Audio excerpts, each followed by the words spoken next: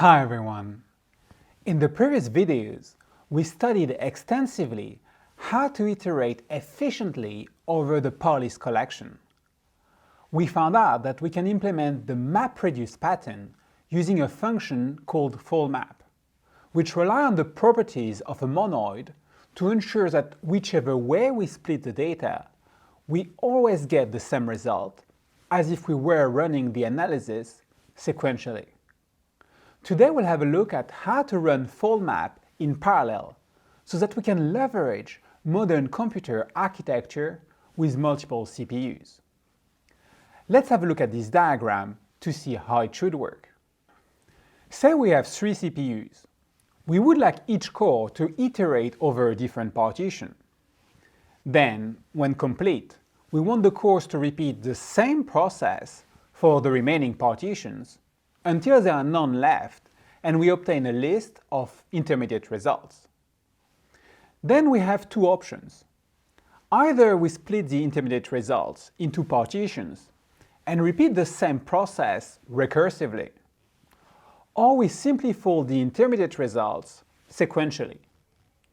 The latter is probably the best option here, because in most cases the number of partitions is going to be quite small, not more than 1,000 for most real-world applications. So I propose we start with the simplest method first, where we fold the intermediate results sequentially, using a single CPU. We can always experiment with more complicated strategy later on. Cool, so now the question is, how do we dispatch tasks to a CPU? It turns out that we don't directly manipulate processors in our code. Instead, the Java virtual machine and the operating system have threads, which currently map one-to-one, but this won't necessarily be the case in the future. Now we'll briefly outline how concurrency works on the JVM, and if you want to read more on this topic, I will add a few links below the video. In this slide, I create 4 threads and call the method start on each of them. This will schedule the execution of the code within the run method. As you can see, there are 4 messages printed to the command line, although they are not necessarily in the same order as they were when we define the threads. Threads are expensive to create, so instead of creating a single thread each time we want to execute some background code, we initialize a few threads and then reuse them for several computations. This is called a thread pool, and in Java or Scala, we create one with the executor or executor service class. For instance, here, I've created a thread pool containing 2 threads. We then need to create a runnable, which is a trait with a single abstract method called run. Once we have a runnable, we can send it to the thread pool, which will be in charge of queuing the task and eventually dispatching it to a thread. Note that the thread class has a method to access the currently running thread, which is quite convenient for debugging, where a task is being executed. For example, here, we can see that runnable 1 and 2 were executed on thread number 1, while runnable 3 and 4 were executed on thread number 2. Here we can observe that threads are being reused between computations. So far, everything I've shown you about concurrency comes from Java. In Scala, however, we have access to something more user-friendly, called a future. To use a future, we first need to create an execution context, which is like an executor, but specifically made to run futures. We can actually create an execution context from an executor, as I've done here.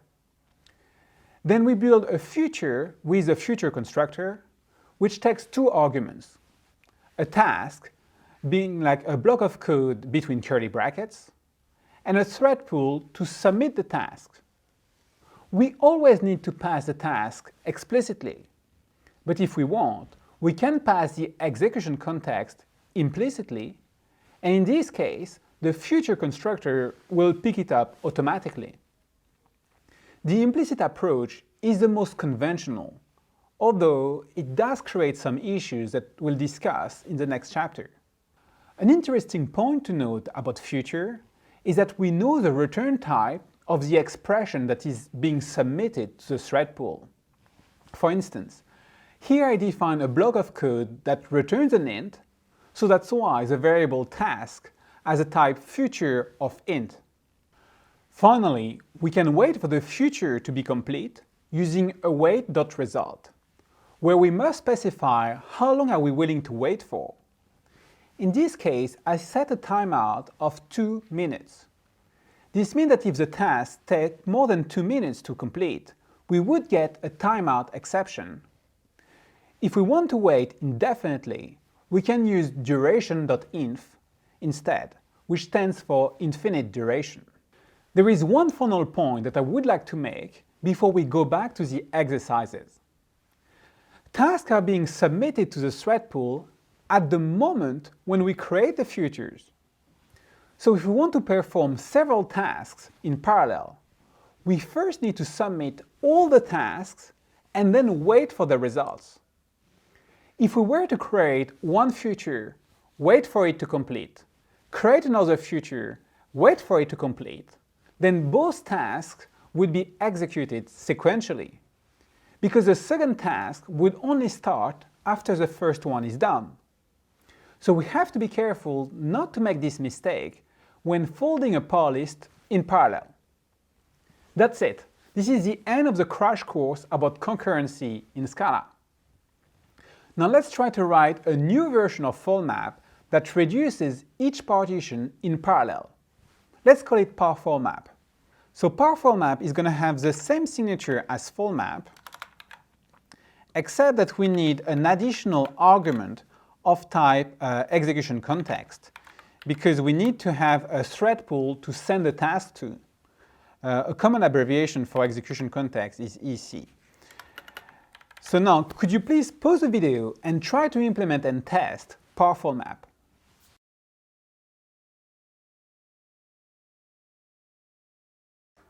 Okay, so the first thing we want to do is to fold, to iterate over every single partition and fold it in parallel. So this means that we need to iterate over each partition and do some kind of computations in parallel to send something to the thread pool. So what we can do here is we probably going to have a relatively complex function here, so we can already extract it into a sub-function within par fold map. So this could be fold partition. So what fold partition is going to take is going to take a partition, which is a list of A, and it's going to return a 2, but within a future. So we want to calculate, so we want to fold this partition, but in parallel. We want to do it in a separate thread. So how do we fold a partition? Well, we have already done it many times. It's basically the code we had here inside of fold map. So this code is folding the partition sequentially in the current thread. But now we want to do it in another one. So what we can do is use the future constructor like this. And then we just need to put within the curly brackets whatever code we want to be to execute somewhere else. Cool. Yes, so as you can see, IntelliJ is not happy because here the future constructor wants an execution context. So it wants a thread pool to submit the futures somewhere, to be executed somewhere else. So we can pass it implicitly like this, or we could make this EC implicit. We have a choice here. So let's do it explicitly for now. So cool, so now this fold partition is going to take, it takes a list of A and return a future of 2. So if we call this function here, so if we say fold partition, this is going to return a list of future of 2. So in a sense, this is kind of tasks will be a list of future of 2. We don't need to give it a name, but I find it helpful, especially with code that is a bit tricky like this one. So we have a list of tasks. Now that at this moment, all the tasks are started, or at least they have all been submitted to the thread pool. So now we want to wait for them to complete. So one way to do this is to basically say iterate again over the list and say await dot result. So if you want, the first argument is going to be the future, and here we need to say how long do we want to wait for. Because there is no meaningful timeout, I mean, we want to wait for the computation to complete. So here it makes sense to actually use a duration.inf, because we want to wait forever. We could, if we wanted, pass an extra parameter to say how long are we willing to wait at most to fold each partition. That might be an option. So what is this thing? This is basically the intermediate results. So this is a list of 2. We have waited for all the futures to complete, for all the tasks to be complete. Now, once we have a future of 2, once we have intermediate results, then it's very simple to fold them. It's just the code we had before. We do intermediate results dot fold left. That's it. This will fold the intermediate results sequentially. So we can either keep the code like this, or another way we can refactor it a little bit. To actually make it more like a pipeline to show the different steps. Let me show you what I have in mind. So now what we can say is that here partition is a list of A. Once we map each partition, we transform this into a list of future of 2. So this will trigger the computation in a separate thread for each partition. Then when we await for this, we'll get back a list of 2, and finally at the end we get back a 2. So whichever way you like to write it, I find this quite readable and also quite helpful to see what are the transformations in terms of types. Great. So it wasn't so difficult after all. The main point was to wrap every single fold of partition using the future constructor and then wait for them to finish all together. So now let's try to check that powerful map is correct by writing a property-based test that checks that it returns the same results as full map. So please pause the video and give it a try.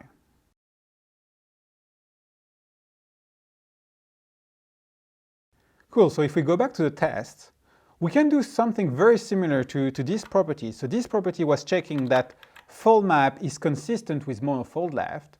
Now what we want to verify is that fold map is consistent with, powerful map is consistent with full map. So doing it in parallel shouldn't change anything as doing it sequentially. And the code is almost identical. We said that a powerful map with the identity and some kind of monoid should result the same thing as if we were doing fold map with the identity and a monoid. Again, we don't really care about the update function because we are guaranteed that this will be called. Potentially, we should try with different monoids, and as I told you, we'll do that as a bonus exercise. And here, the only thing is that we do need to specify an execution context. So we can say execution context.global, which is kind of the default execution context supplied by Scala. So let's try to run the test.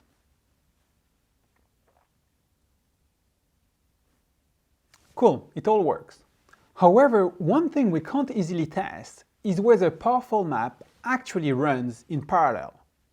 This makes sense as parallelism is meant to be unnoticeable to the end user, because it must produce the same result as the sequential version. One way we could test this is to write a custom execution context that would monitor how many tasks are submitted to the thread pool. But I think this is overkill. One thing we could do here is simply add a couple of println within powerful map just to see what is happening under the hood. So let me show you what I have in mind. So what we could do here is say println, and we want to use the utility I've shown you in the slide when we say the thread class as a method that says current thread. So this will give us access to the thread that is currently running this computation, and we can ask for its name. Then we can say, for example, start, Then we can say the same when it's completed.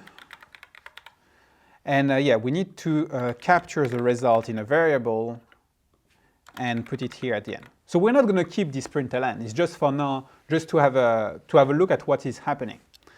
And then in the notebook, so we can go back to the notebook file and say, let's run a simple computation in parallel. So let's say, for example, we take our par samples and we use par_map with a simple function. Let's say we calculate the sum of the temperature. And we need to specify here it's a monoid, so sum double. And finally, the last parameter is the execution context. So again, we can say, so maybe let's put it in a variable. What will be the execution context that we pass? Maybe the default one for a start. So we can say execution context.global. Cool. So now let's rerun the notebook, and we'll see how the computations are being run. Cool, so as you can see, 1, 2, 3, 4, 5, 6, 7, 8, 9, 10 computations start in parallel. That's because we split the par list into 10 partitions, and par_map creates one future per partition. Then each computation terminates, but not necessarily in the same order in which they were started. For example, here the first one that started is 22, but the first one that finished is 30. It is recommended to limit the number of parallel computations to the number of CPUs, or up to twice the number of CPUs if they support hyperthreading. This is because we want to limit context switching between threads as much as possible in order to maximize performance. So instead of using the global execution context, I created a helper method for that purpose. It's called fixed size execution context. So we can say a fixed sized execution context and pass the number of threads we want to create. So in my case, I create 8 threads because my laptop contains 8 cores. So let's rerun the notebook to see if it's any difference. Cool, so now we can see that 1, 2, 3, 4, 5, 6, 7, 8 computations starts in parallel. That's because we submitted 10 tasks, 1 per partition, but the thread pool only contains 8 threads. This means that 2 tasks are still in the queue at that moment. Then we get 1 result back from compute 6, which means that the thread is now free, and so a new computation begins straight after on compute 6. The same thing happens with compute 2. The task finishes, and so the thread picks up the final task available in the queue. And finally, we get all the results back, one after another.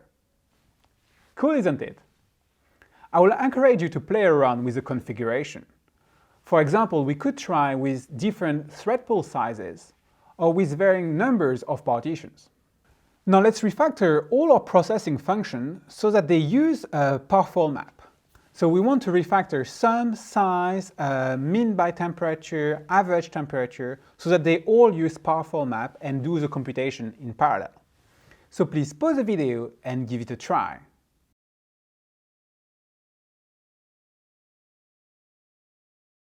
So if we replace full map with par_map, we should get a few compilation errors. For example, let's go back to size.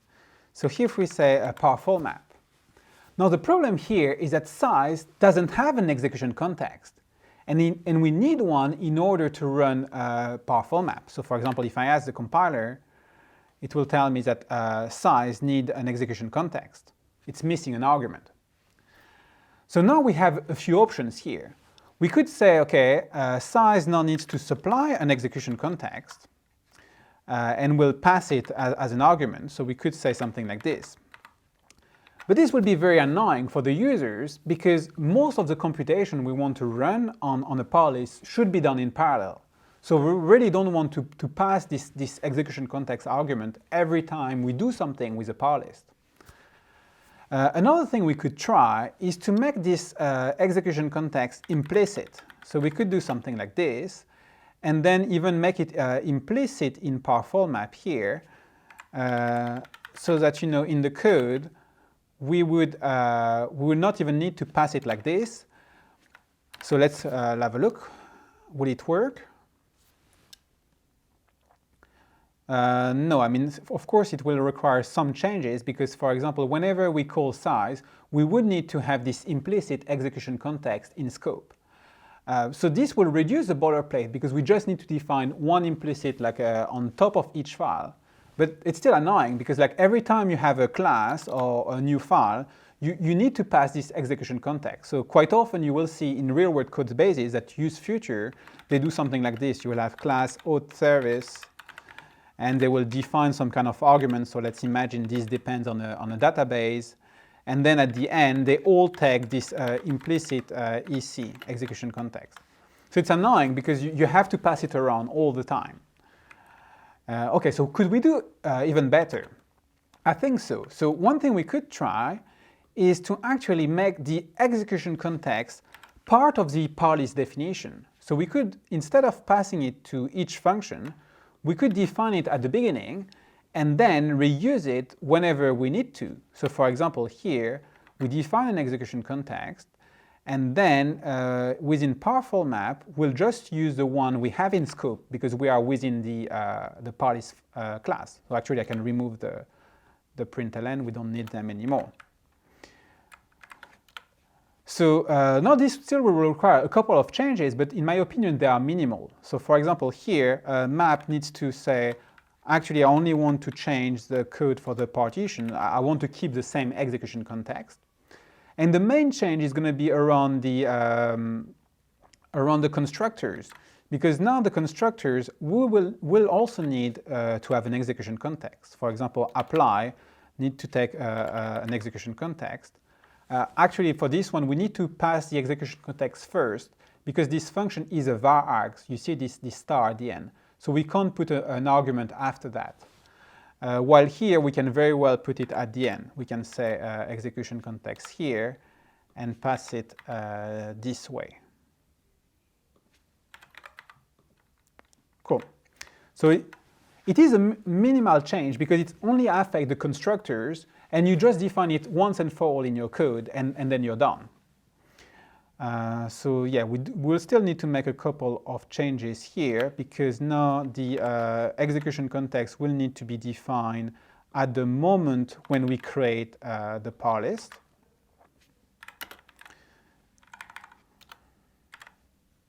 And we probably also need to fix some tests that rely on parlist. So let's have a look. What is this? Yes, so this is the things that generate random parlist. So this is where we need to supply an execution context. So either we could try to write a random generator for execution context, or we can use the default one from the execution context.global. And there is probably a couple of other places that we need to fix. Yes, so now here we don't need an execution context to pass it. It is available. And here we have a couple of methods that didn't use a random generator. They were, it's one of the first tests we wrote where we specified the a parlist manually. So that's where we still need to make a couple of changes. Cool. So I will advocate with this solution. I think this solution is better because the parlist is meant to run computation in parallel. That's the whole goal. Otherwise, you will just use a list, a vector, or something else. So because this collection is meant to run things in parallel, it kind of makes sense to package an execution context with the data. Cool. So now that we made this fix, now this means that we can refactor all our functions that actually use full map to use powerful map instead. So we can search for them. So for example, in the exercises, we had min sample by temperature. So we can just switch to powerful map like this. We had average, and we had sum temperature. And let's rerun the test to verify that we haven't broken anything just by switching from a sequential to a parallel version. Everything works fine. Now let's measure the performance of full map and powerful map. Hopefully the parallel implementation will be much faster. To do this, let's go back to the notebook, and toward the bottom, I define a function called bench. So let's remove the ignore flag and let's run the notebook. This is going to take some time because we have to load the entire CSV into memory. And then each function that we passed as an input to bench will run 140 times. The first 40 iterations, we are only warming up the JVM, so we'll discard the results. Then, we'll run the function 100 times and calculate the median, average, and max execution time. Of these numbers, the median is probably the most representative. Bench will repeat the same process for all implementations passed in arguments, and then sort them from the fastest at the top to the slowest at the bottom. For example, here we can see that list_fold_left calculate the sum about 1.5 times faster than map followed by sum, which kind of makes sense since the latter has to iterate twice over the dataset. It's only 1.5 and not 2 times faster because it's probably slower to sum samples than doubles. Bench is not the most reliable way to benchmark code on the JVM. If we wanted something really precise, we should use a tool like GMH. But this is not easy to set up, and benchmark takes a long time to run. So I would say that Bench is a good compromise in terms of simplicity, speed, and accuracy. But be aware that the measurements can vary from 15 to 20% between each run. Your results should also be different to mine because we don't use the same hardware, nor the same numbers of CPUs. But what matters here is that we get a rough comparison of various implementations. Okay, so now can you please pause the video and add 2 implementations of sum to this benchmark, one using fold_map and another one using par_fold_map.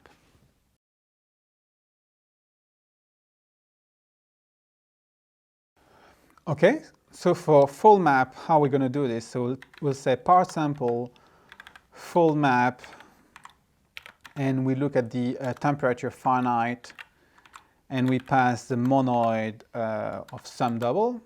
And in fact, par_fold_map is going to be exactly the same implementation, except that we used a different method called par_fold_map. Now let's rerun the benchmark.